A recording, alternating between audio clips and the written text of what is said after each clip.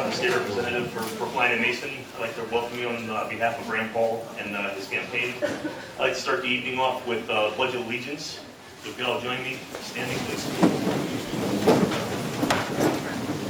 I pledge allegiance to the flag of the United States of America and to the republic for which it stands, one nation, under God, indivisible, with liberty and justice for all.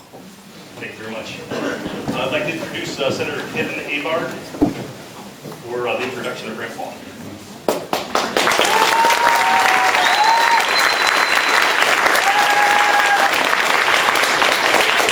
First of all, I'd like to thank everybody for showing up here tonight. This place is packed, it's wonderful, and Rand is out in the hall getting ready to come up here and talk to you, and I'll introduce him. Before that, though, we're going to watch a quick video clip of Mrs. Paul, and I think she has a few things to say. So if you just take a minute to watch this quick video, and then we'll get into our introduction.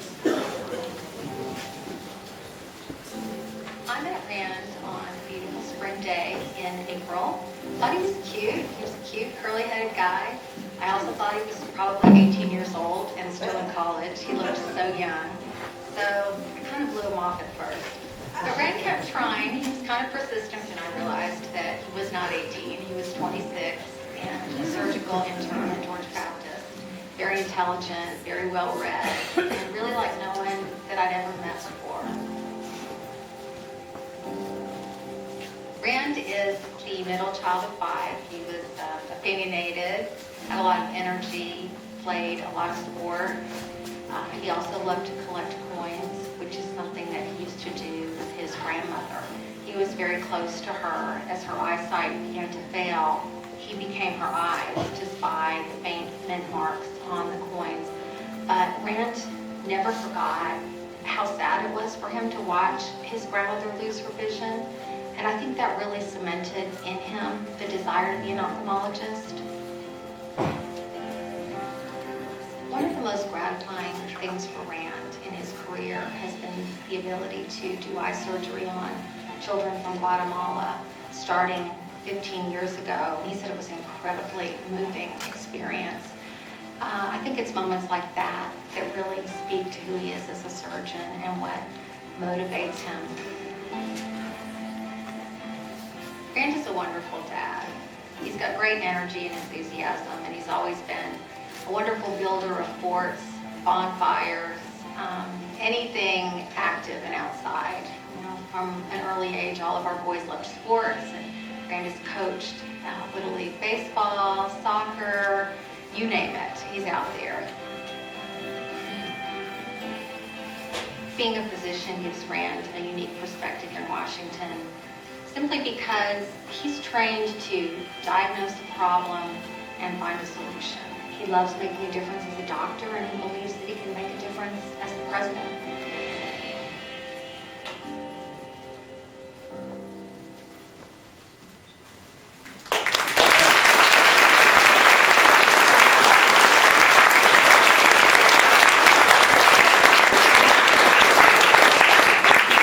I want to welcome folks who are from out of the state. I know we have some people from Pennsylvania and from Connecticut and from Massachusetts.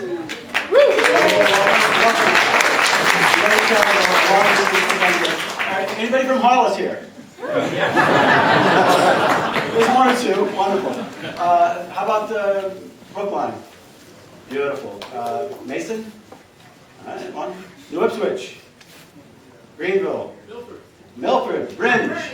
What do we think about the pipeline? Boo! I'm sorry, I did not hear you. When I'm at the Capitol, I usually have the kids say, hey, because hey means I want your attention. And I'll ask you to just say, hey. Ready? Hey! No. Send it back to Massachusetts. No. Yeah, they send it up here. So you all say, hey! Hey! That's better. Thank you. So I have the privilege, again, to introduce Senator Paul, and frankly, I'm more convinced than ever of my decision.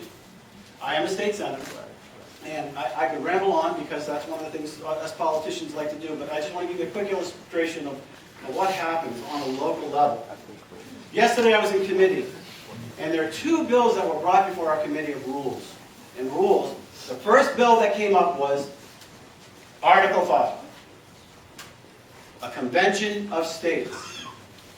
People are tired of the federal government. Can I hear you say, hey? Now, they're so angry with the federal government that they want a convention of states because Congress is not listening. The executive branch is not listening. But there's some dangers. People are worried about a runaway convention because we all see the TV where people are out there saying, yeah, let's get rid of the First Amendment. Let's get rid of the Second Amendment. And it's scary. So the people that are for a convention of states and the people that are against a convention of states are all agreeing we do not trust the federal government. We do not trust Congress. What do? You need a commander-in-chief that has a good beat on this. Ladies and gentlemen, that's Rand Paul.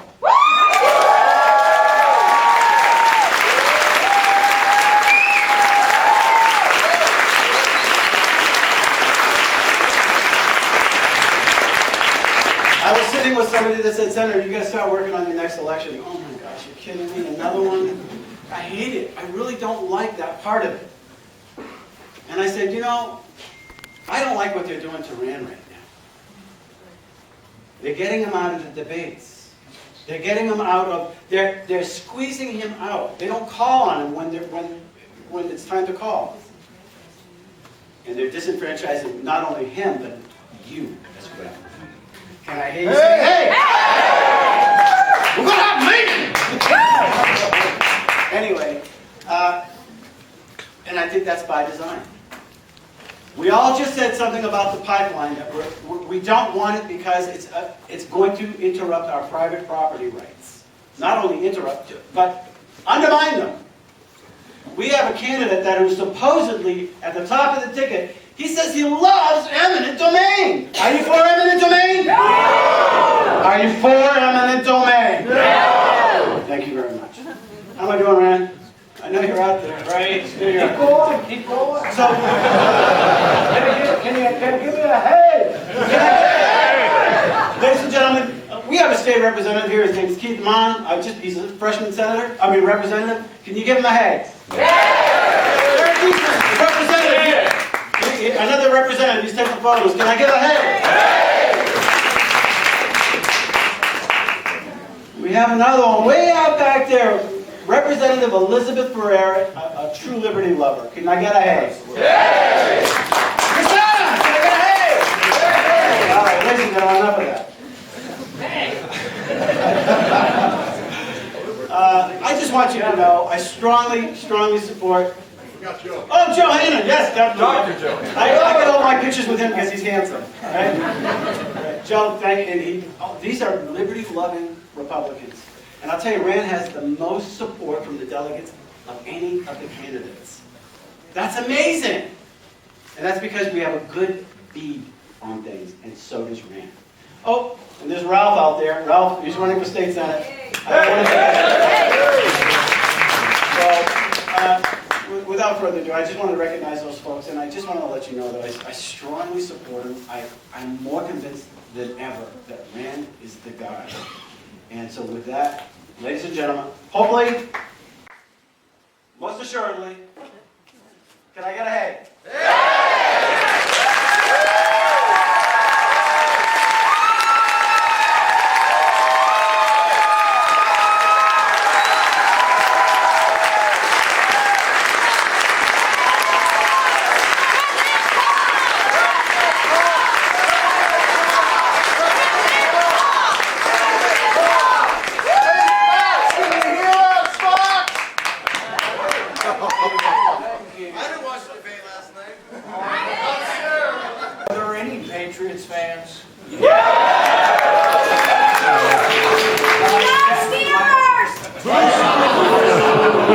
My staff is always trying to keep me up, so I say, don't say anything about the Patriots unless it's just effusive praise.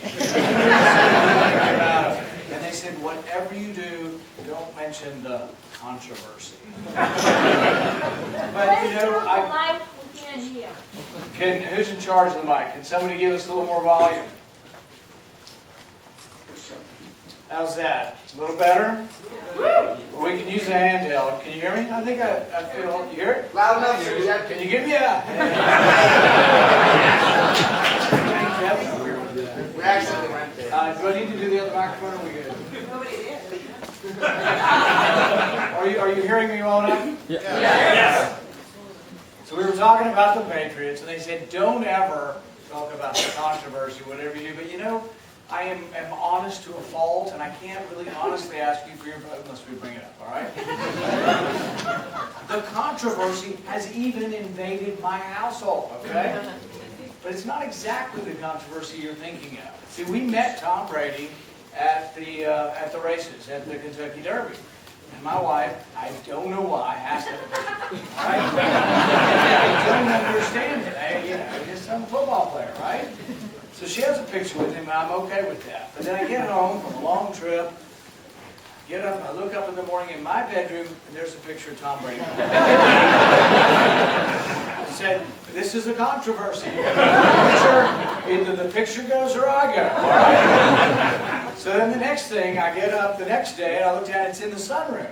All right, for a little while I can live with it. We go out to eat, and I come back, and there's the frame, and the picture's gone. And my wife's like, did you take that picture? I said, I didn't take it. And my son, kind of watches football and gets into stuff, and he had taken the picture. She said, you better not have done anything to that picture. But the moral of the story is when we talk about the controversy, I'm fine with it as long as the picture's not in my bedroom.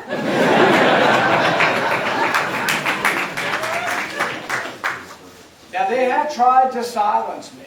They didn't put me on the end this time. They didn't stick me in the outhouse. They just said, don't come. But here's the problem. We can't be silenced anymore.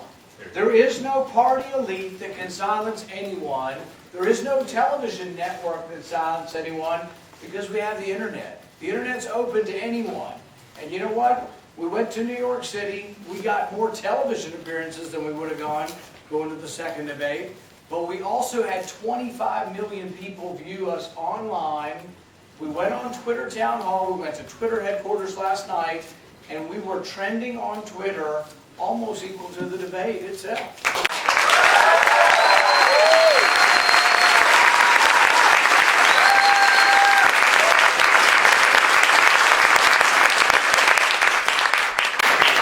What I have to offer is something that is unique. It is something different, but something that we need to think about. You're going to be nominating and electing the next commander-in-chief. What kind of person do we want to be in charge of the nuclear arsenal? What type of person do we want to be in charge of whether we send your sons and daughters to war? I'll give you a couple of examples that scare the heck out of me and make me think there are a few people on the stage that maybe shouldn't be on the stage and that you shouldn't consider for this. In the last debate, they asked a question about the nuclear triad. It's not that complicated. We can launch missiles from land, from sea, and from air. That's what the nuclear triad is. But they asked Mr. Trump about this, and you know what his response was? Incoherent. He had no idea what they were talking about. And you think, well, maybe some people haven't heard of it. That's fine. He was asked the same question a month before by Q Hewitt, the same reporter that asked him a question a month later, and he had no idea what they were talking about. Okay, that's not the scary part, though. About a week later, Mr. Trump discovered that we do have a nuclear arsenal, and that we do have a nuclear triad, but you know what his response to a reporter was? This was from his campaign. They said, our problem has been we have not been willing enough to use our nuclear weapons. The naivete of thinking that our problem is that we're not willing to use nuclear weapons. Do we want to let someone like that get within 10 miles of the White House? No! We've been having the debate over what's the best policy in the Middle East. And some think that they can't be on the stage unless they beat their chest and show you how eager they are for war. But you know, some of our greatest leaders, some of our greatest Republican presidents, frankly, haven't been people who are eager for war. You know, Dwight Eisenhower was one of the greatest leaders, the big Supreme Command, the Allied leader in World War II, and yet he said that there is nothing worse than war. From a soldier's perspective, it's the banality, the vulgarity, the violence of war. Eisenhower understood it because he's a man who had been there. He also understood how the military-industrial complex can take over things and how the expenditures can bankrupt a nation. But so did Ronald Reagan. Ronald Reagan believed in peace through strength. But none of these people were eager for a war with the Russians. We did everything possible not to acquiesce, not to be weak, to stand up and be strong, but not to be foolish. So it's important who we choose to lead our nation. So right now in the Middle East, the Russians are there. They're flying over Syria and Iraq. Why? Because they've been invited. For better or worse, they are there. So they've been saying, Hillary Clinton says this, Rubio says this, you know, Christie says this, Bush, they're all saying this. They're all saying, we need to have a no-fly zone over there. But you need to realize what that means. They want to have a no-fly zone in an area where Russia's already flying. So I thought if I pointed this out to them, they would back down and realize the error of their ways. So I mentioned this, and Christie's first response is, damn right, and I'll shoot them down. We shouldn't be begging for an altercation. It doesn't mean that we stand down for Russia. It doesn't mean that we're weak. But if you're eager to have and inflict a no-fly zone in an area where Russia's flying, I don't think you have the temperament. I don't think you have the wisdom or the judgment to be commander-in-chief.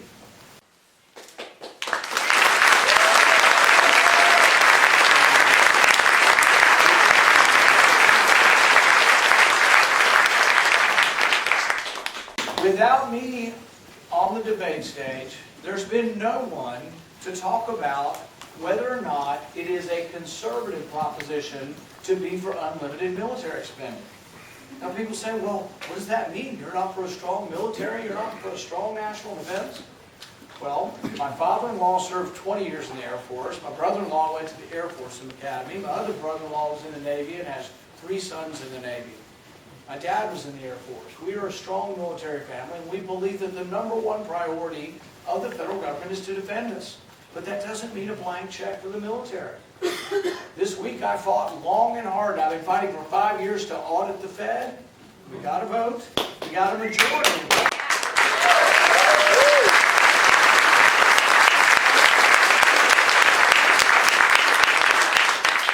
But I wouldn't stop with just auditing the Fed. I would audit the Pentagon also. Yes. If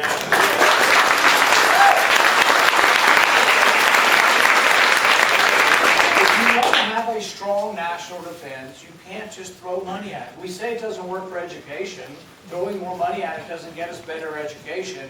How can we say just throwing more money at the Defense Department gets us a better national defense? In fact, if we're borrowing the money from China that we're spending on the military, is that making us stronger or weaker? Admiral Mullen recently said, or in the last couple of years, he said the #1 threat to our national security is actually our debt. So I would make the argument that we aren't stronger if we go further into debt. But you have to realize why we go further into debt under Republican presidents and Democrat presidents. You see, I got involved with running for office in 2009 because I was unhappy with 8 years of Republicans in the White House. During the 8 years of George Bush, the debt went from $5 trillion to $10 trillion. Now we're going to go from $10 trillion under President Obama to $20 trillion. President Obama will add more debt than all the previous presidents combined. But it's happening under both parties. This is the dirty little secret that no one will tell you and will not come up on the stage unless I am there. It will not be part of the national debate unless I am there. The unholy alliance, what is going on in Washington is we are being bankrupted by both parties.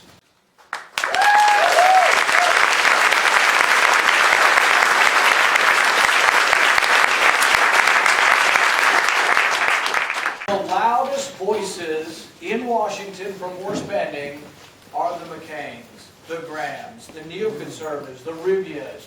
They're the ones clamoring for more military spending. But how are they getting it? They can't get it unless they give the liberals more money for domestic welfare spending.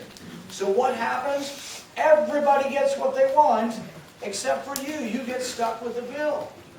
We're borrowing $1 million a minute. So what would the neocons say if they were here? What would McCain and Graham and Rubio say if they were here? Oh, let's throw in Bush and Christie too. What would they all say if they were here? They would say, oh, you want to hollow out the defense, and you're not for a strong national defense, and we can't do this. We're losing all of our military strength. We are the strongest country in the world. I want us to remain the strongest country in the world, but we won't if we go further into debt. We spend $600 billion on our military. What does that mean? Well, add Russia, plus China, plus 8 more countries, and you get what we spend. That doesn't sound like a small amount of money. It sounds like a large amount of money. Where does some of the money go? Could we spend some of it more wisely? Well, let's see. We spent $43 million on a natural gas station in Afghanistan. That came out of the Defense Department. We spent $150,000 on yoga classes. It is crazy what we are spending money on. Think about it. In Afghanistan, how many people have a car? About 1 in 10,000 people have a car. So they now have a natural gas station over there. How many people have a car that burns natural gas in Afghanistan? 0. Why does it go on? Why is it never reformed? Everybody's pointing this out now, but why does it never get better? Because all the spending is glommed into one bill. It's all done at the last minute. The one that we got in December was 2,242 pages. No one read it. No one had time to read it. It was stuffed on our desk and we passed it within hours. You know what? I've got an idea. Why don't we say you can't pass any bill you haven't read?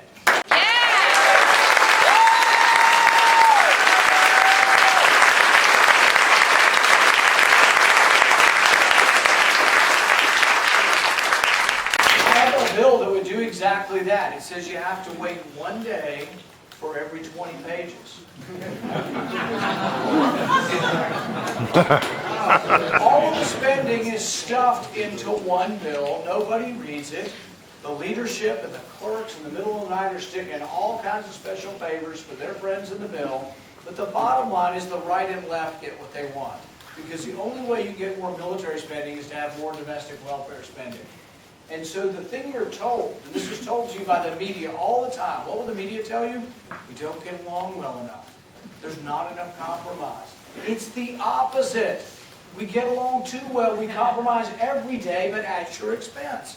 We just keep spending money like there's no tomorrow. But is there an end to this? I think there is. The end result is we're going to destroy the currency. We're going to destroy the country. It's happened. Anybody that's studied history? Anybody ever studied the hyperinflation that happened in Germany?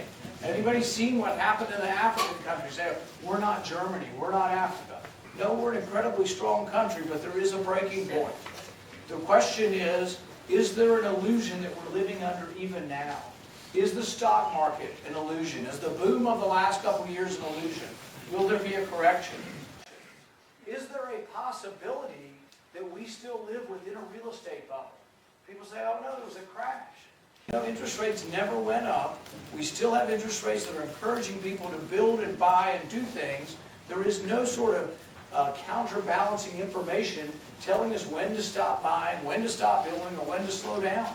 Could there be a real estate bubble within a recession? Could there be another stock market that bursts? I think there's a great deal of uncertainty, and I think there's a great deal of uncertainty that's built into the system by the Federal Reserve. So I fought for 5 years to get a vote on the Fed. I had to endure meeting after meeting after meeting with Harry Reid. In fact, we reminded Harry that he used to be for auditing the Fed. We have speeches of it. We put all over our Facebook speeches from the 90s when Harry Reid used to be for auditing the Fed. You know who the biggest opponent of auditing the Fed is? The Fed. In fact, I'm so annoyed with them that I've introduced another piece of legislation to make it illegal for them to lobby against auditing the Fed.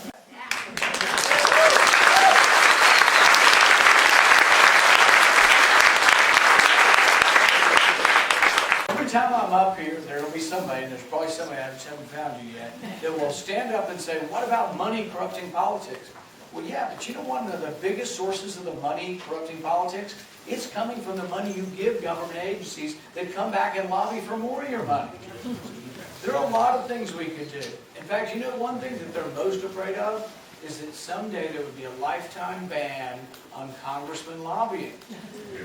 Where do congressmen go? They don't go out to pasture. They go to K Street and they get $3 million a year to lobby for more of your money. I think we need term limits. Send them all home.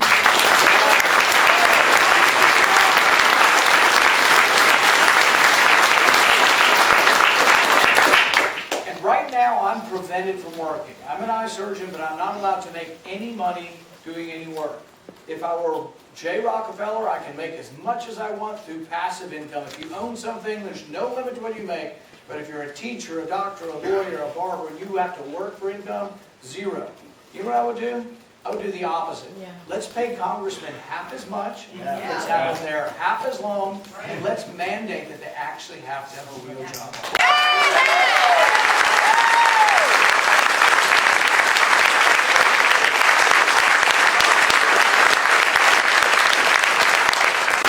I'm looking over at these guys and thinking, maybe we should pay them what they pay the New Hampshire legislature. Yeah! I feel sorry for you guys because they're so overworked and underpaid. But they actually probably have to have a job, right? Oh, yeah. They have to have a job in addition to being in the legislature. The great thing about New Hampshire is everywhere you turn, you meet somebody that either is a state legislator or was one. We have some decisions we have to make as a country. In choosing a commander-in-chief and choosing a president, we have to decide which direction we're going to go. I'm old enough that I've seen enough presidential elections to be disappointed often. I know I'm going to be disappointed when I get a liberal Democrat. I knew from the moment President Obama was elected he was going to be bad for the country. But I'm also often disappointed when I get a Republican president. Because often we get a Republican president who thinks their job is to preside over and govern over what already is here, what already exists, the massive government we have. In fact, often the Republicans end up adding to the government. Where did we get the EPA? Richard Nixon. Where did we get the doubling of all the wetlands in the country? By a simple definition that no one voted on, which means your backyard is now wetlands? The first George Bush. Where did we get a doubling of the Department of Education? The second George Bush. Where did we get new entitlement programs? The second George Bush. Where did we get a doubling of the debt? The second George Bush. So believe me, you're not going to get a change. If you get a Bush or a Christie or a Rubio, you're going to get more of the same. And people say, well, Trump's going to be different. He says that he's so rich that he must be smart. And he's so smart because he's really rich. But the thing is, you have to look beneath the surface and realize what he's asking you for. Does he say that he comes from a philosophy that believes that power corrupts and that absolute power corrupts absolutely? And that he understands the history of the Constitution was a history to restrain power, was to restrain the executive so we didn't get a monarchy, to have separation of power so we had checks and balances, to keep power distributed back to the states and the people? No. Listen closely. Mr. Trump says that he is smart and he needs power because if he has power, he'll fix things. Trust in Trump and he will fix the world for you. But he wants more power. He wants the power just not to be given to someone else. Give him power and he will fix things. That scares me. It scares me to death. It worries me to no end. And I think if you end up with a Trump, you're going to be sorrier than you've ever imagined.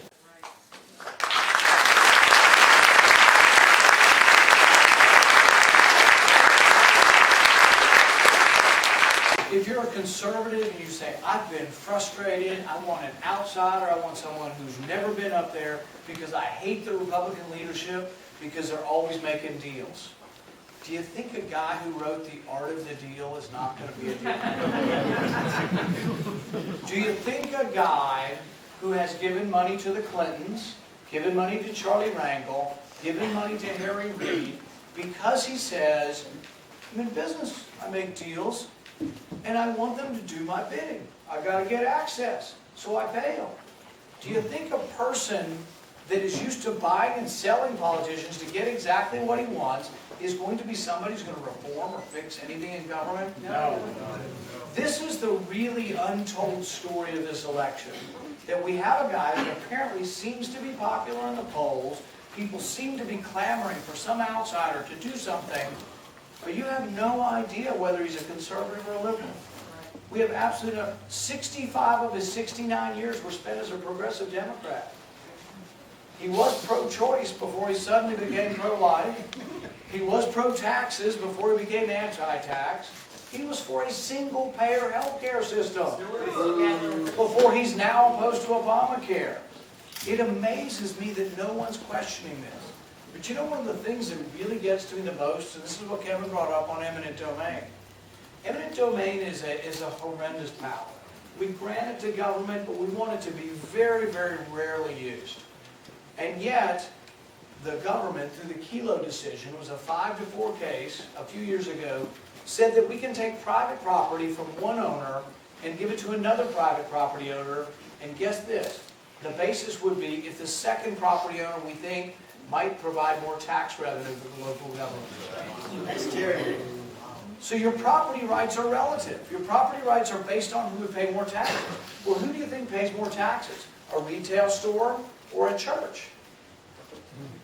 Using that logic in California, where a lot of bad ideas start, they have actually condemned churches and taken them and given them to a real estate or to a retailer on the proposition that the retailer will pay more in taxes. This relative idea of property is something that Trump embraces. He says he loves the Kelo decision. Why does he love it? Because his business, his personal business, was predicated upon taking people's property. Eminent domain is how he built his casinos. He works in the cities, he shows up, and he takes people's houses. Now, he doesn't personally do it. He sends somebody from the local government to do it. Vera Coakley stood up to him. She'd lived in her house for 30 years, and she fought him, and she beat him in court. That's something to beat Donald Trump in court. But the thing is it just about one issue? Is this just one small little niche issue? It's an obscure Supreme Court case that no one's ever heard of? No, it's the underpinnings of capitalism. Why are we so rich? Why have we become so successful? Why do we have so much wealth in our country? Because we have private property. And because eventually we began to have the ability to borrow against private property, and we had stable certificate of ownership. Why is it uncertain in so much of the world? Why is there no capital and no capitalism? Because people are uncertain of the title of the land. But when the government can take your land at any point, or regulate your land at any point without your permission, that is the beginning of the unraveling of the system that's created so much wealth. We are the richest, freest, most humanitarian country in the planet Earth in history. We give away more money than any country has ever given away privately. In 2014, we gave away nearly $400 billion privately. But that comes only when you have the engine of capitalism. We won the Cold War. People say, oh, I want a strong military, and I'm going to put more money in the military. We won the Cold War because the engine of capitalism defeated the engine of socialism.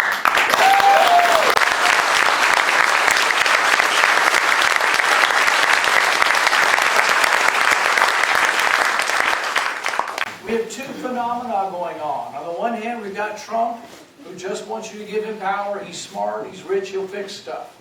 But on the other hand, we have a socialist poised to win Democrat primaries. Socialism is an anathema. It's the opposite of freedom. Socialism implies force. You cannot have socialism without a gun. They say, oh, no. Bernie's for democratic socialism. If the majority votes for slavery, it's still slavery. All right? If the majority votes to take away your property, it's still slavery. Socialism requires force. Socialism says the government's in charge of picking who can make stuff, who can sell stuff. It scares me to death that half of our country is thinking about Bernie Sanders. We have to get a little bit more involved with thinking. We can't say, oh, free school.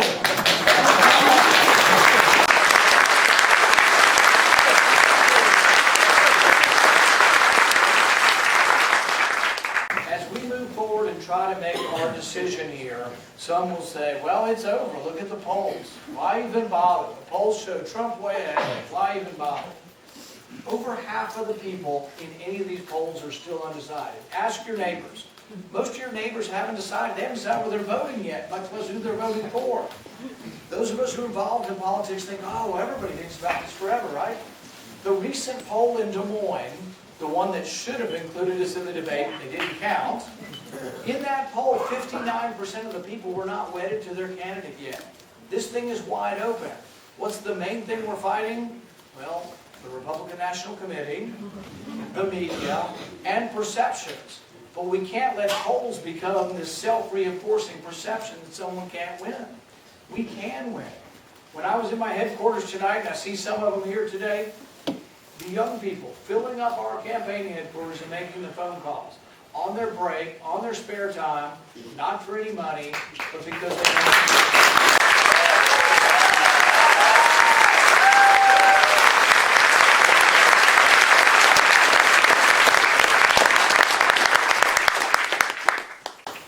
I think this election will be a test. It's a test of whether we can see beyond the superficial, whether we can truly remember what made us great, and continue to have that freedom.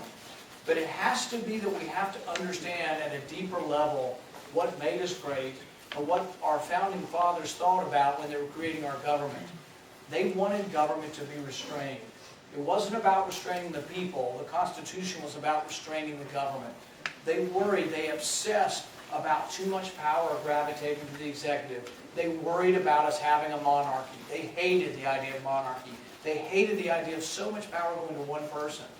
But if I were to say what's the worst thing President Obama's done, that's what's going on. It's the collapse of the separation of powers. It's this equilibrium, this checks and balances that we're supposed to have that we're losing. Madison said that we would pit ambition against ambition. The ambition of Congress to want power would be pitted against the power of the executive trying to grab more power. But there would be these checks and balances. That's what we're losing. But you need to make sure when we pick a Republican that we pick a Republican who understands that, who understands the foundation of our country, but understands the checks and balances and doesn't want more power. I will tell you that my candidacy is unique because I'm not telling you I'm smarter than you. I'm not telling you I know the solution to every problem in the world or the economy. I'm telling you that no individual does know that. No individual should have that power. And the theme of my campaign is not to take power from you, but to give it back.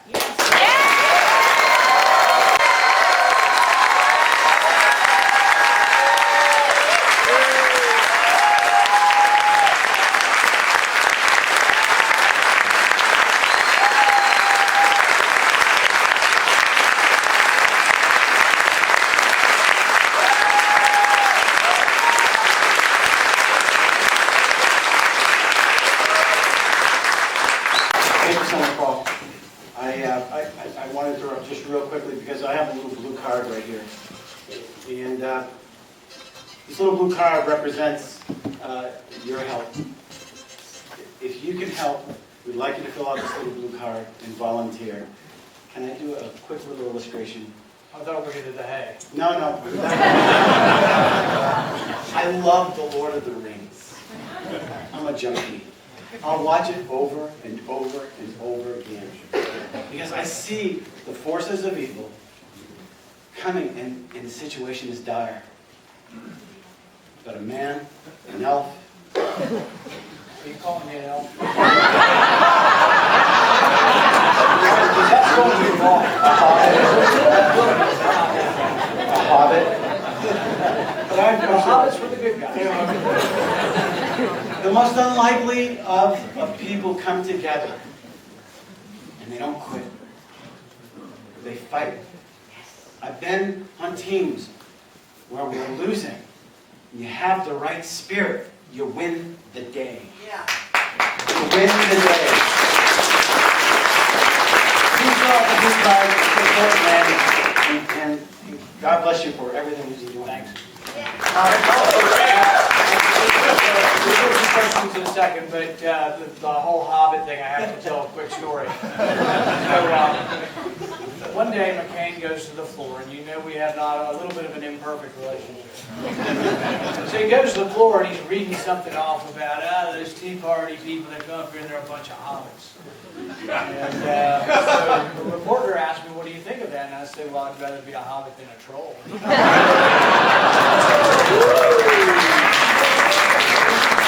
was kind of mean. All right. So, well, we went to lunch, and actually McCain had a good sense of humor. McCain's at lunch, and we have just Republican senators going around the circle, and they ask you, do you have anything to say? And he looked up and he said, nothing from the troll. All right, a few questions. Yes, back here. Yes. Thank you for taking a stand on Social Security. What priority is it for you?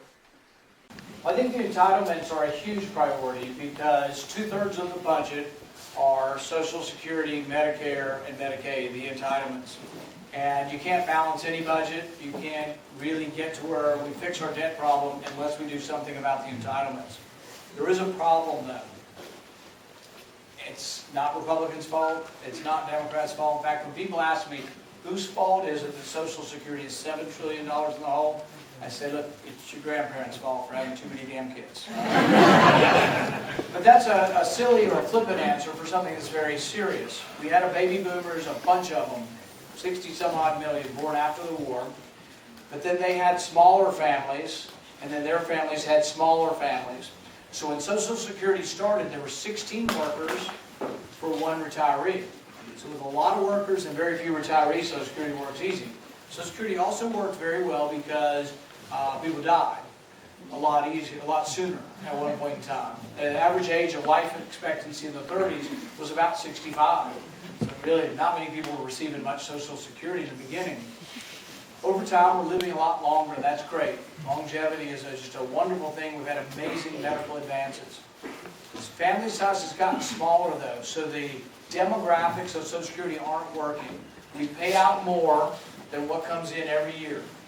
Now, some would say, what about the surplus? When the baby boomers were younger, a lot more was coming in than was going out. Where's the surplus? Harry Reid would say it's over at the Social Security office, and you can just go get it.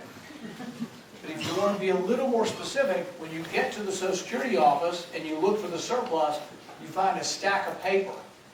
And the paper are treasury bills, and they supposedly have value, but they're not redeemable in the marketplace. It's printed on them, not redeemable except for by the taxpayer. So the way you get the money is you have to tax the next generation. And there's not enough. So in order to fix it, we're $7 trillion short.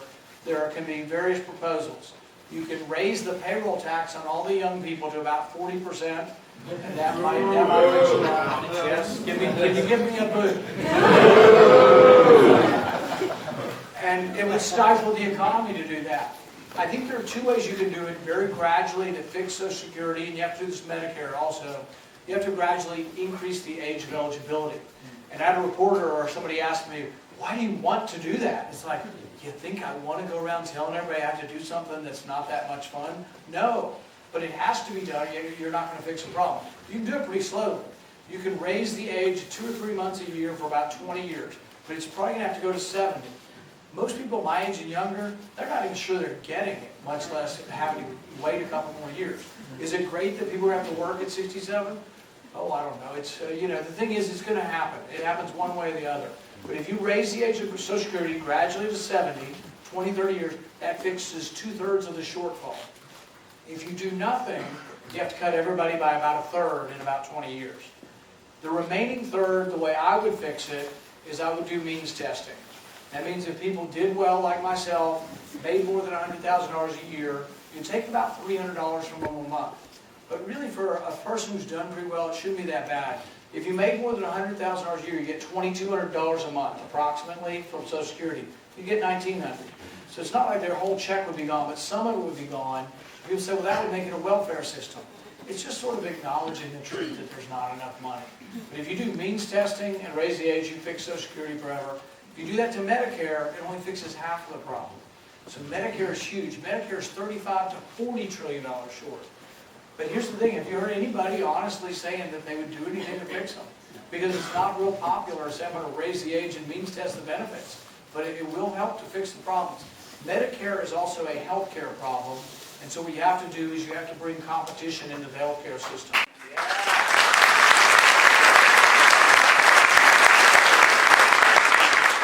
Thank you, Senator. My name is Bill Boyd. I'm a town councilor in Merrimack. As a local town councilor, it's been very difficult to communicate with my constituents about how powerless we are as a community as it relates to the pipeline that's proposed here in the southern part of New Hampshire. My question is twofold. A, do you oppose the pipeline? But B, would you support reforms to reduce the power that FERC and EPA are currently exhibiting over localities and impeding our ability to determine ourselves as a community? Absolutely, you should be able to decide it at a local level, and really each individual property owner ought to be able to decide it. We've had the same fight in Kentucky. They wanted to build a private pipeline under people's farmland. I'm not against pipelines per se, but you negotiate with the owner. If the owner will sell rights to go under his property or her property, you can go under the property. But it has to be a negotiated price, because it's not a fair market price unless they come to each private property owner. Now, some will say they actually have the same fight going on in Iowa right now. And in Iowa, they say, oh, well, it's a utility, and utilities,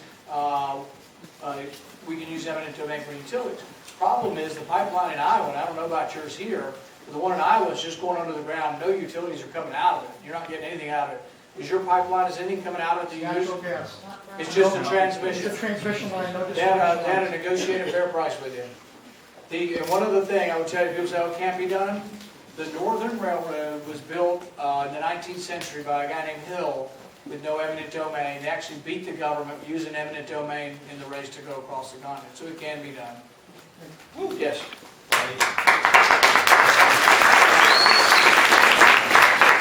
I sat through last night's debate, and we did miss you not being there. But unless I fell asleep somewhere, nobody brought up the issue of North Korea and nuclear weapons, and I'd like to throw that out to you. What do we do about that? Because that's just going to become more and more of a problem. Right. That may be the hardest question, because I don't know. We have had sanctions on them for a long time. Under Bill Clinton, we gave them $4 billion in aid, and we gave them food. They go from periods of famine, any money they do have, they spend on armaments. They have a person who, by all accounts, people think is unstable in charge of their country. They largely support and exist and are able to exist, spending all the money on weaponry and barely able to feed their people because China helps them. A big part of the solution is us talking with China and having open relations with China. There are people in our party, and you hear her, Carly Fiorina. She doesn't want to talk to Putin, she doesn't want to talk to China, she just sort of doesn't want to talk to people. Because she's strong. She'll come up if they get too close. But the problem is that you do want to have relations with China. Not that China's perfect. China is an adversary. They're not an enemy. I would call them an adversary. We trade with them, though. But China's a big link to trying to put pressure on North Korea. If we can get the surrounding countries, us, surrounding countries, and China to exert pressure, I think there is a possibility to try to get North Korea to act in a more rational way. But when we gave them, and this is one of the things that worries people about the Iran arrangement now, is that the same people, some of the same people that negotiated the Iran agreement, negotiated the North Korean agreement, and then North Korea didn't go by the agreement. They clandestinely went ahead and developed nuclear weapons. But the one thing we have going for us is, if you want to see how whether North Korea has a great chance or a great future, Google a picture called "The Koreas at Night." Gotta see that. Yeah. It's an amazing picture. South Korea is just so vibrant and lit up with electricity, and it looks like in North Korea there's like one light bulb. They can't feed their people because communism doesn't work, socialism doesn't work. Bernie, socialism doesn't work. But North Korea can't feed themselves. It's a terrible, terrible economy. And I think if we convince China to quit subsidizing them, maybe there would be some... I think that's part of China's fear. If North Korea collapses, they're all going to come running into China. It could be, and there's some old Cold War strategy that China somehow thinks they need a buffer against South Korea. I don't think South Korea is invading anybody. They're doing great. It's a wonderful economy there. I don't think there's any intention. In fact, I really think there could be some, it would be wonderful if we could figure out there'd be some kind of agreement where, you had German reunification. Right. If you had Korean reunification, that'd be one big blight out of the problems of the world. Yes? Thank you. Big fan, like a lot of what you say. I was hoping you could address two things for me to give me some clarity. The first one has to do with your audit the Fed bill that just went through, where I understand that you get 54 votes. Right. Obamacare passed 51.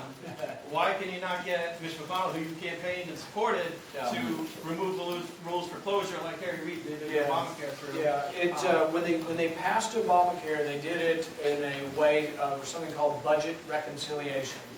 And there are a couple special times when the Senate allows for a simple majority to pass things. So when they passed it with a simple majority, they also had a Democrat president to sign it. So let's say, and they didn't agree to let me do this, but let's say they would have let me do audit the Fed as the budget reconciliation.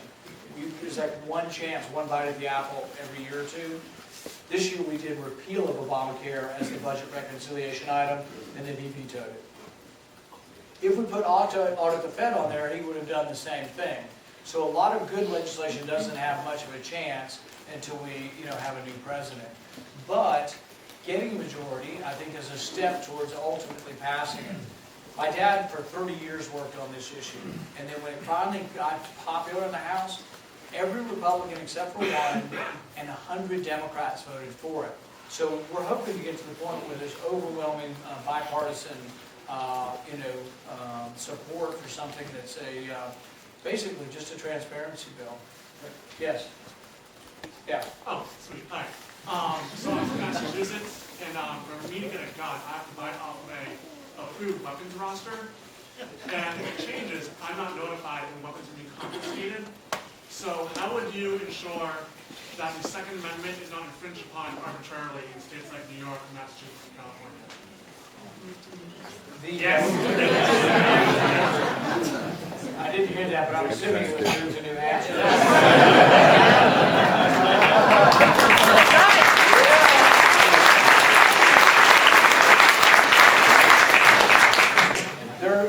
The Second Amendment is from the Bill of Rights. And I'd like to make sure people remember that. I know it sounds simple to say that, but people think of, the First Amendment being the Bill of Rights. They don't realize, and everyone wants to protect the Bill of Rights, and they're like, oh yeah, the Second Amendment. It is part of the Bill of Rights, but it deserves to be protected. It was put in there, and it's supposed to be very difficult to abrogate something that was in the Bill of Rights. You have to either repeal the amendment or get a new amendment.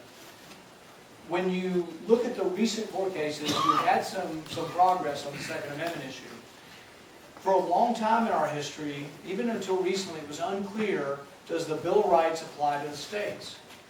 And really, it was unclear for a long time in our history, until just recently. There were two cases, the Heller case and the McDonald case. And what they finally decided is the Second Amendment applies to states and to cities. So if in Massachusetts they pass a law that abrogates or interferes or lessens the Second Amendment, it can be struck down as unconstitutional. And that's what the court has done. Now, many of the liberal states and cities, we'll just stipulate that that's Massachusetts, many of them still continue to try. Like in D.C., it's almost impossible to get a gun in D.C. And I'll tell you, one of the most ridiculous statements that the policewoman in charge of D.C., the police chief, she said, if you seize a gunman, maybe you shouldn't wait for the police because we have these crazy gunmen and terrorist attacks, take them down. And I said, we live in Washington. With my hands, how am I supposed to take them down? You can't have a gun in Washington. So yeah, there is protections for states and cities from the federal government, and the court has ruled that cities and states can't abrogate the Second Amendment. It's just a matter of getting a challenge if you think your state is infringing on your Second Amendment freedoms. Yes? Senator Paul, we have 4 Supreme Court justices that are roughly 80 years old or older, so it's very likely that the next president will have to appoint some Supreme Court justices.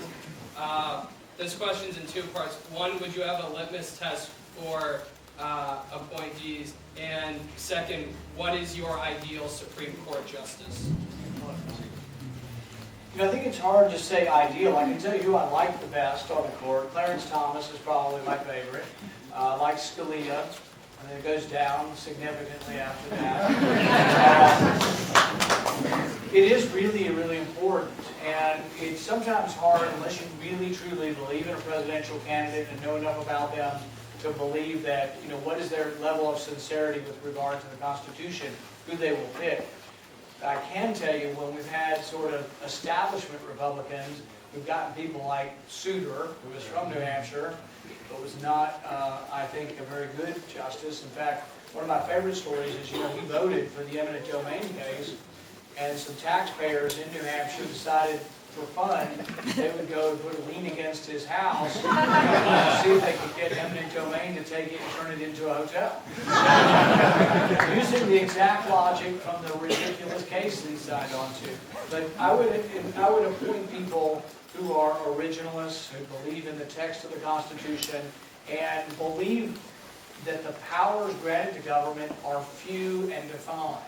I don't believe that the living Constitution just says you can do whatever the heck you want. Our founding fathers wanted a small, limited government, and if you had a constitutional government, the reason it would balance its budget every year is because about 50-60% of what it's doing now wouldn't be done in Washington, it'd be done in the states and in the localities.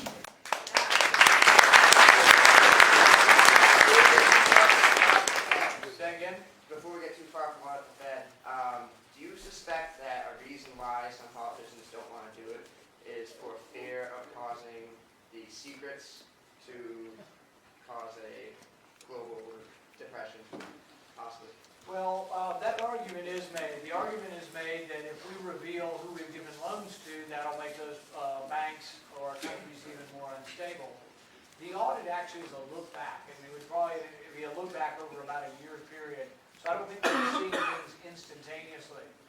But I do think we have a right to know as taxpayers. Congress created the Fed. If they're bailing out foreign banks, do we have a right to know who those foreign banks are, who the foreign countries are, and where they claim the authority to bail out foreign countries? I don't recall giving the Fed power to bail out foreign banks and countries. I think transparency, once you know it's coming, markets adapt to that. So markets already, who's the biggest probably manipulator of the markets, and one way or the other, it's already Fed pronouncements.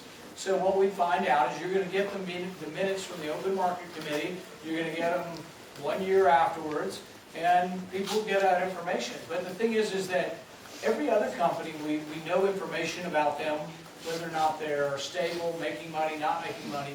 The quicker information is transmitted, the less likely we are to get to a company that gets bigger, bigger, bigger, bigger, so when it fails, it's a disaster. Maybe if we get the information earlier that they're not doing so well, maybe they'll get corrections sooner. Yes? Would you comment on the war on drugs, the private prison industry, the DA, and other similarly destructive policies, especially towards minority and towards women? Without my voice on the stage, there really is no one saying the federal war on drugs has been a mistake, and it needs to come to an end.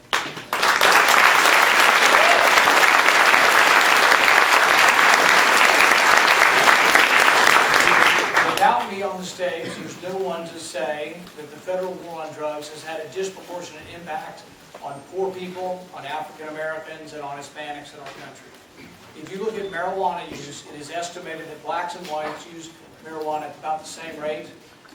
Most drugs, any drug use, let's just say any drug use. But if you look in the prisons are 3 out of 4 people in prison are black or brown. And you ask, why are people unhappy? I tell the story of Khalif Browder. Khalif Browder was a 16-year-old black kid from the Bronx. He's arrested, put in Rikers Island, accused of a crime. He spends 3 years in prison without a trial. He's beaten by guards, beaten by gangs, tries to commit suicide. 2 years are spent in solitary confinement. He finally gets out, he tries again to commit suicide, and then just about 6 months ago he did, and unfortunately he died. But the thing is, ask his parents, ask the people who went to high school with him, if they think the criminal justice system is treating him and his family fairly. We are, some of us may say, oh, I don't have this problem, my kids don't use drugs, I'm not black, I don't care. If we don't understand this problem, it's getting bigger and bigger, and when a whole segment of our society feels like they're not being treated justly, it's a real problem. It's also an opportunity. If you had a Republican who would say this on a national stage, it's an opportunity for, maybe a Republican to go to the south side of Chicago, to go to Philadelphia and say, what have the Democrats done for you? Who was the biggest person as far as increasing the war on drugs and putting people in prison? Bill Clinton. Hillary Clinton was all for it until now she sort of started hearing the hoofbeats and changing her mind. But a Republican that was for criminal justice reform, I think, can do a lot electorally, and it's the right thing to do.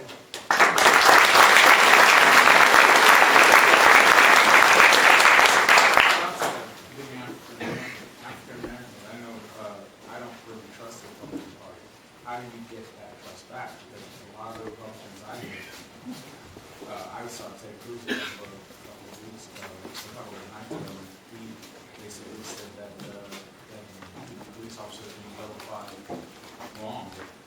I'm an attorney, and I get harassed by police officers from time to time. Right. How do you get that? How do you connect that to African Americans? I think a lot of people don't realize it because they haven't walked in other people's shoes necessarily. I know a conservative former congressman who's African American, Republican, successful, makes a lot of money, and he tells me the story about walking around a department store and people following him because he's black. And he knows that's why they are. They're following him. The store detective is following him because he's black. Which happens to me. Yeah. So until we understand that a little bit, until we offer reforms like criminal justice reform, I don't think people are going to open up and listen to us. So I'm one of the few who has worked with the other side. Excuse me. I've also talked a lot about what we do with our schools. And I think the schools in our big city are abysmal. In Louisville, our biggest city, we had like 50% of the schools declared to be incompetent. You know, half the people not graduating. I'm for school choice. I let people go to whatever school they wanted to, take their money and go to another school. I also have proposed something called economic freedom zones, which would say for the problems we have in our cities, we've tried extending government grants. Why don't we try offering to the businesses that are already there a significant, if not massive, reduction in taxes and incentives for new people to bring their business into the community by saying, look, for 10 years we're going to make the income tax 5%, both personally and corporate, to encourage you to come into our community. There'd be some hiring requirements, kind of like the enterprise zones, but enterprise zones never worked, I thought, not because it was a bad idea, but they weren't significant enough to encourage either business to thrive or people to move in. Those are three ideas I have that I think are different than some that might encourage people to look at the party. I think that we need to be the party. Somehow the other side co-opted the word justice. I think we should be the party of justice, and a lot of it is criminal justice. But I think it's also about economic opportunity, and I think economic opportunity comes from something that's different than just saying, oh, we're going to have after-school basketball or something that really isn't going to create jobs in the community or anything permanent. So I think there is an opening for us. We've tried very hard in my state and in Louisville, the Republican Party. We opened our office in the predominantly African-American part of the town, and we named it the William Worley Center. And William Worley was, I want to remind people of history, black Republican, founding member of the NAACP, won the case Buchanan versus Worley in 1917, the first time the Supreme Court overturned Jim Crow segregation. We have a proud history, we just kind of got away from it. So I think there's a lot of opportunity for us to do better, but it won't happen. Right now we have people who are trying to polarize us more. The Trumps and the others just with the anger. I think they're going to polarize it more. I want a candidate who will go to the south side of Chicago, not with a different message, with the same message, but a message of opportunity that says, look, I just have a different plan. We are as sincere as the Democrats, but you know what? The war on poverty hasn't really worked. Why don't we talk about what I would do instead? I think there are great inroads that we could make.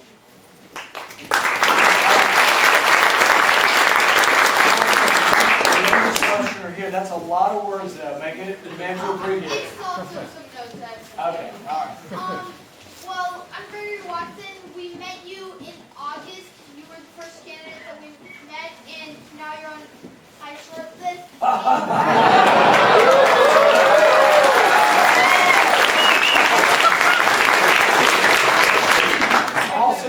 All 16, but you're still undecided. My goodness, I didn't wow you the first time. I read that you support the usage of fossil fuel. One downsides the EPA. You oppose fossil fuel and wind power. Can you explain why you oppose helping the environment?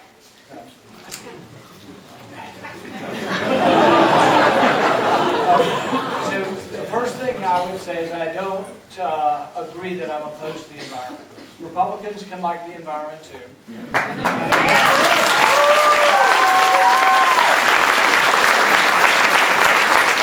you talk to people here, you'll find people who are hunters, hikers, outdoorsmen.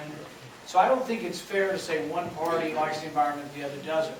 What you will find here, though, is people who say, you know what, things like the Clean Water Act, that you can't put chemicals into the ocean or into the river or the lakes.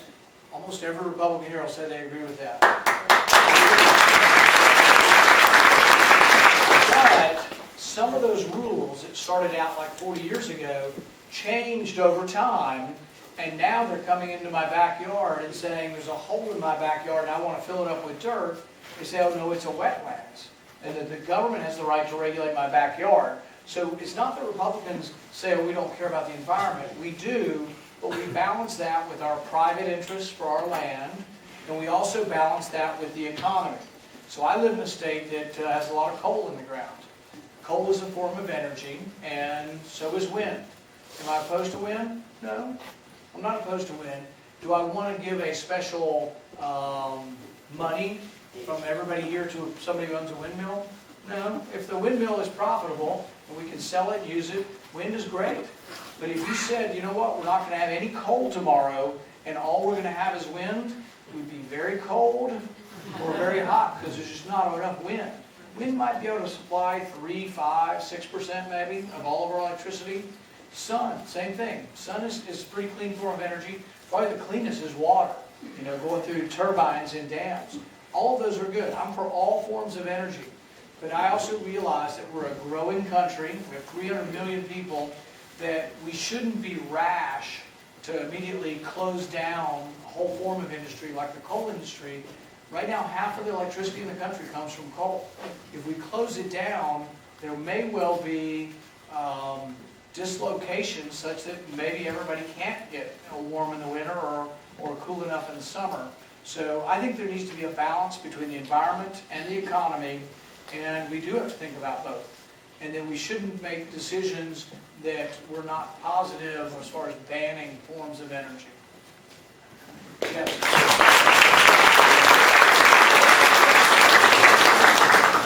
Hi. Muslim Americans like myself have been really scared by this election, with Trump and his, let's say, tirades. And even on the Democratic side, people like General Clark calling for Muslim internment camps. My question to you is, what will you do to protect the religious liberty of not just Muslims, but Christians, Jews, Hindus, and all the others? One of the greatest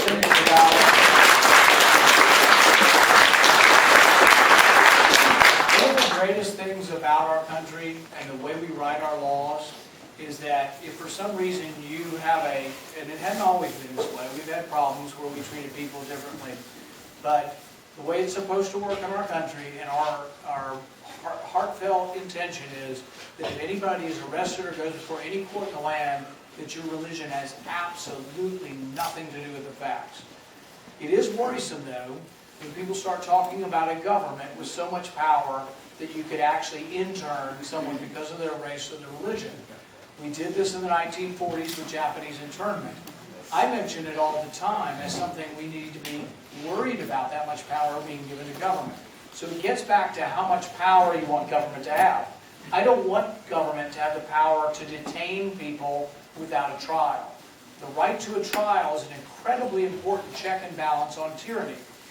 We passed something, though, that President Obama signed called indefinite detention. It passed about 2 or 3 years ago, maybe 4 years ago now. Under that bill, an American citizen could be detained forever without a trial. And I had this altercation, once again, I don't want to be too specific, but with the senator from Arizona. And I said, you would detain somebody and send them to Guantanamo Bay forever without a trial? And he said, yeah, if they're dangerous. And I thought to myself, well, doesn't that beg the question? Who gets to decide who's dangerous and who's not? And I thought of another instance when people jump to a conclusion. Richard Jewell, everybody thought was the Olympic bomber about 15 years ago now. Within minutes of the bombing, everybody said he did it because he fit the profile, He wore glasses. I see some of you. He had a backpack. He was an introvert, and he tried to help people. I don't know why that fits the pattern. But the media all said he did it.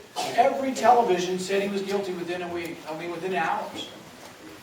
What I think of is they finally got it right and they had to pay him money. But I imagine if Richard Jewell had been a black man in the South in 1920, what would have happened to him?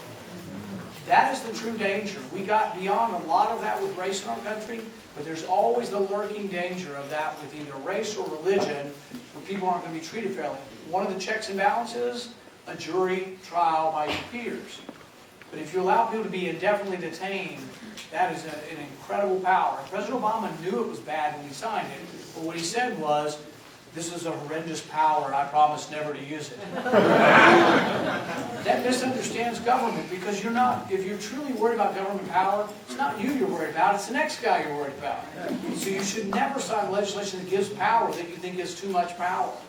But I agree with you, I hear you, and I can tell you that every fiber of my being says people are treated as individuals. I don't care who you are, what your religion is, I don't care anything about your life at home, I don't care anything about you other than that you're an individual and you should all be treated equally under the law. Yeah.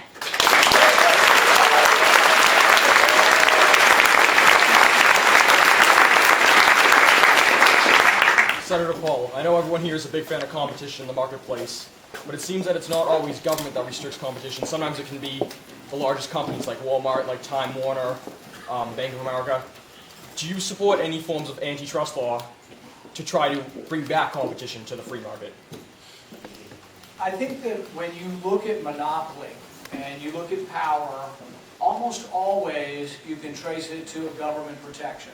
So for example, people are always like, oh, we need net neutrality, the cable companies are going to take over, or the internet service providers are going to take over. But if you look at cable monopolies, they aren't done by the marketplace. The cities grant cable monopolies. It was one of the dumbest things we ever did, and it still can be fixed. New York City has all these pipes running underneath it. Run 10 more cables under there. You'll never even know you did. You could probably do it in a heartbeat because you don't even have to dig up the city. You could have competition among cable companies tomorrow in New York City and in most of our big cities that already have pipes. In some smaller cities, it's a little harder because they have to dig up to put cables down. But in a lot of cities, there's already pipes down and you can feed cable through pipes. But most competition, like with cable, I think are government enforced. Is there probably a rare occasion for antitrust? Yes. But what I would say is there's a great book called The Myths of Antitrust by Dominique Armentano. And in that book, he talks about how almost every time when you look at a monopoly, you'll find eventually, if you look closely, that the government had something to do with creating the monopoly. How are you going to make a smaller federal government? The question is how I will make a smaller federal government. I think that there's a couple ways you can look at trying to balance the budget or make government smaller. One would be if you cut 1% across the board, the budget would balance within 5 years.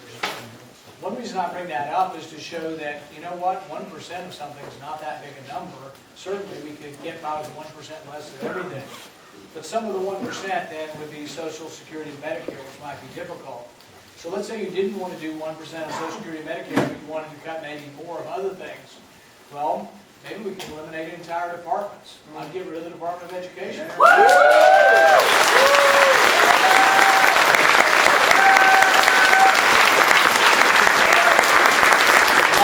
That's just for starters. I don't think there's really much need for a Department of Energy. They pass out a bunch of subsidies to people. Remember that subsidies to Solyndra? Yep. $534 million. That's the 20th richest man in the country. He's a billionaire. Why in the world would we be giving a taxpayer-funded loan to a billionaire? The Department of Energy could be gone. You wouldn't know it. Department of Education. Department of Commerce is mostly corporate welfare. Let's get rid of it. Department of Interior, HUD, I'd make them state and local level agencies. And one of the best reasons for why you don't want your federal government to do much, and you'd rather have it at your state government level, is that the state government doesn't have a printing press. Right. And so they are bound to figure out priorities. They have to, because they just can't get the money from out of thin air. And the federal government will keep getting further and further into debt. So if you did send things back to the states, you'd have a much better chance of having people actually have to make decisions on where to spend it. I think my voice is good for 2 more, right here. 2 more questions. If you were to take a snapshot today, it's probably Donald and Hillary. If that's our choice next November, who would you vote for?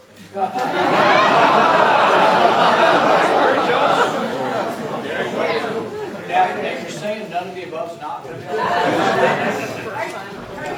I think it's a hard question to ask somebody who's in the middle of spending the last 2 years campaigning. I really can't even conceive of it at this point. I have said I'll support the nominee, and the reason I say that, and some people get mad because it ends up supporting some people they don't like in the Republican Party, but the reason I've always said I'd support the nominee and have in the past is that when I ran against the establishment pick in my state. I beat him against all odds. I beat him 60-40. It was a pretty big margin. But I still couldn't win without the 40% of Republicans I beat coming back home to vote for me. So there is a matter of not making it so vitriolic that eventually people don't come back together. Because ultimately, I think, on average, Republicans are less bad than Democrats.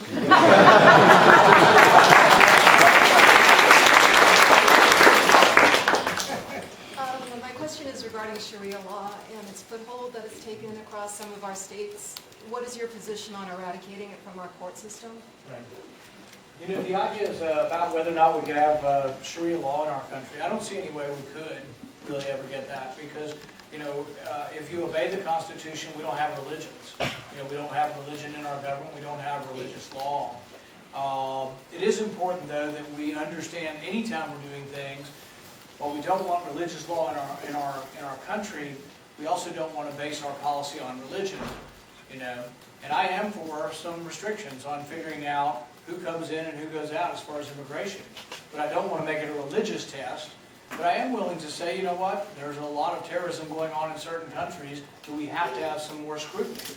But ultimately, I think the world's such a dangerous place now that we're going to probably have to have some kind of global entry system for everybody that involves background checks. Because even Europe's got this problem as well now. And most of them were French citizens that committed the latest atrocity. But absolutely, without question, I don't want any kind of religious involvement in our law.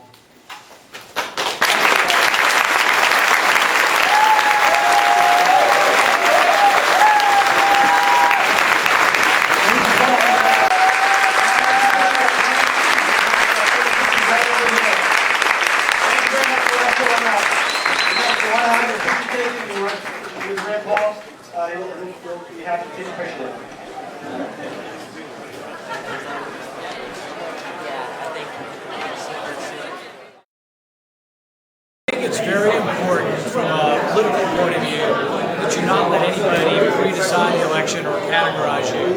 We made the strategic decision that being categorized as a non-winner wasn't a good thing with 3 weeks out. So we are for having more inclusive debates. We think the Republican Party is making a mistake by pushing our voice out, and we want to send a signal to the voters of New Hampshire that we're first tier. In fact, we have more legislative endorsements in New Hampshire than any other candidate. Our leadership team is 500 and bigger than any other candidate. You've seen our crowd. Our crowd here was bigger than Jeb Bush's crowd. So we want to be treated with equality. We don't want to be given any kind of snub. We're going to fight for our position this time. We heard you talk a lot about Donald Trump tonight. I think now, after last night's debate, every single Republican candidate has gone after Trump. I think you were the very first one to do it in a debate, to go after Trump in the very first moments of the debate. Now to left me back in the debates because they need to have me bring him down because he'll be a disaster for the Republican Party and for the country. But that's my question for you. You know, he's only gone up in the polls. Every time people think he's going to go down, he goes up. You're at 7th now in New Hampshire. I'm letting the voters decide. I have a feeling that the polls may not be right. The polls are getting increasingly erratic and increasingly wrong because so many people are on cell phones, and when you have people answering cell phones, you just aren't getting a good mix of voters. So I have a feeling that Trump's so-called support is overstated, and I think we shouldn't disenfranchise the voters of New Hampshire. Let's let them vote, and then we can talk about it after the vote happens. A lot's been made about the allegation that Donald Trump has New York values. Does Donald Trump have New York values? I think what I'm most concerned about with Donald Trump is that I think he's a loose cannon, and I don't think he has the temperament to be in charge of the nuclear arsenal. The fact that his campaign came out and said that our biggest problem is that we haven't been willing enough to use the nuclear arsenal shows to me a naivete that really we shouldn't have as a commander-in-chief. And last question, if he is indeed the nominee, you've insinuated that you're going to support him. How is your rhetoric, like in that answer right there, going to play in a Democratic, in a general election, whenever they're going to say, well, Rand Paul was saying this 3 months ago? I think I'm not alone, and this happens every cycle, but I think it's a little bit more significant this time from a lot of different parties, because people are worried. We have to pick a commander-in-chief that's going to best defend the largest, freest country in the world, and I think we ought to step back, take a pause, and we ought to think about what damage might happen to the country if Donald Trump is elected. Thank you, sir. Appreciate it. Thanks for doing it. Good interview. Thank you.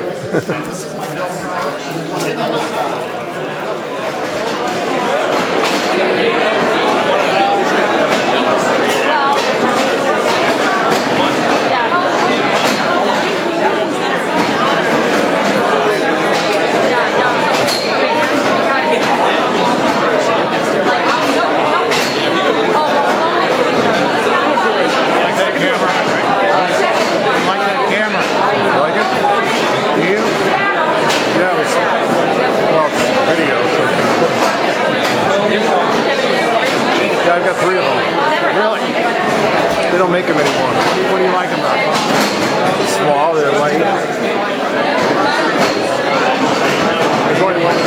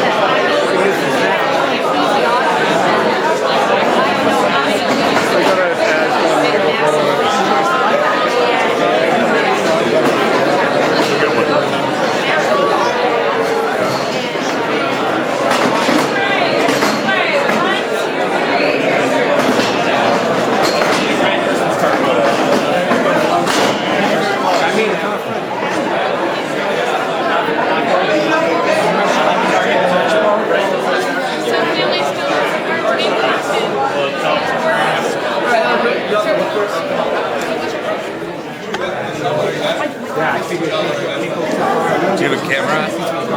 Yeah. Sorry, go in there. I think one of the interesting things, I didn't say it tonight, but I'll say, is that when you think about the Fourth Amendment, Okay, the I know. police, they obey it every day. You would never go to someone's house without a warrant. But the idea that we would have everybody's phone record